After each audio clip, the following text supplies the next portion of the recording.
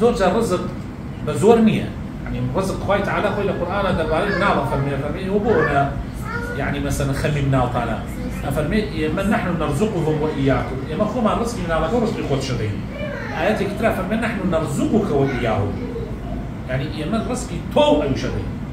جالس أما نمنا زور يعني من شتي زور دينا خيالهم يعني يكيك لواني يمن لسالكاني هشتاو نومانا إيش معنى كده كلام سايق جيرمي يعني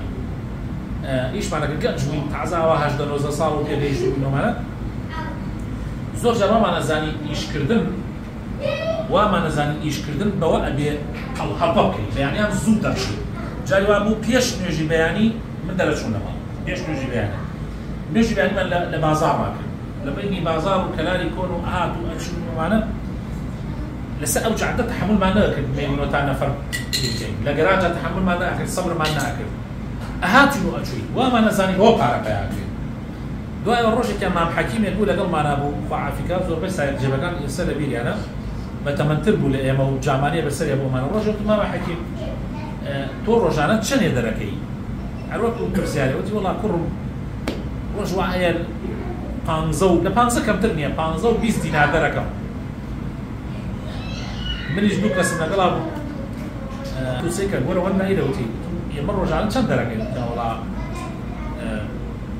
أوان نرجع دوانز أوان لمن زيادة حول هذا واستعمل بكر ما بسر ما حكيم حروي لجراج ده أنش لم جراجك ده أنش تأسرعها لجراجك هذا حاج بلام شيء وما حكيم من هاري عائلي يمش دزبطا يمش جنجي دزبطا وي خوي قرر رزقك إلي أنا لبانزو بوبيسينا هنا كي يمش رزقك ما بيعلي كراو أوان أو دوانزان لو أنا درب كذا بس أوان أركي على سر والله من حق غير دينار ده دينار يتمرغ لا رجع كان لكفري لقل يبدو برادري خوشويست ودوستا بو تعزية الرويش نبو حسيرة أو كاتش لأنه تقي حسيرة نبو ده ما تخيل لك وتيان كمن هات منا وتم خيره باس شيكن وتيان والله باسي شيكين تعزأم موجة زيادة كردوه معنا وتيان والله باس واكن فلانة كاس برادري كل هذا معنا أيوة خو مجنا كمان ما معاش كوري يكين مليون يكون شو عصا كوري مليون وشو عصا يعني بهاد يانو 2,800,000 2,800,000 ورقين باش معناك بالراس وتي أنا والله يمكن 500,000 ورق وتم فلانة كاس أنا عسم كباسكيلي كيبي فقير يك ديتنا ومسكوتك باسكيلي خاطر لا حد يخكو ديتنا ونيوش وتيان بالي وتم أو كرة أو رجع برسالة بني أكلوها جنجر برسالة بني قلتم كان فلانة كاس تقول لك شو تعيني شيء قلتي والله بعقل لخستخانة كي كفري عقل أيوة تم معنا شنو في هذا قلتي والله سطوة شازر أيوة تم معلومنا قلتي أنا والله خيزان ودومنا وش ما هي لفا بزيادة أيوة تم بشت على كلام أخوان بزيادة ما مصار سطوة شازر الأخوان بزيادة أيوة تم شو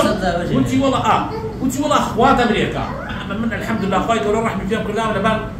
لقوا ما باوك ما كري خانون هذا لبان خانية مو كل كري خانون هذا مولده وكهرباء وأنا شغلين عسيرا أي تحل من عمكان من الأخوات بزيادة الأخوات نخوشيش من الأخوات بزيادة نخوشيش ناكل وعشتيك شبيه ومعنا مستشفى جو يتر خواب ويدبر كردو وباسكي ليك شنو بنزيني نايو رون غوريني نيه وتشد الفريد ليش لازار داو يتر يعني سكن خوش يسكن انترنت نيه برا شتي برا تكليفاتي زياده مع معنا او خوي نيبو اسراحتي كردبو رزق خوش يسكن بجوري او عائله كفاي غوريه بركه امجا زور بيخل بركه الرزق انا ما زور بيخل بركه الرزق انا ما مشكله كأوي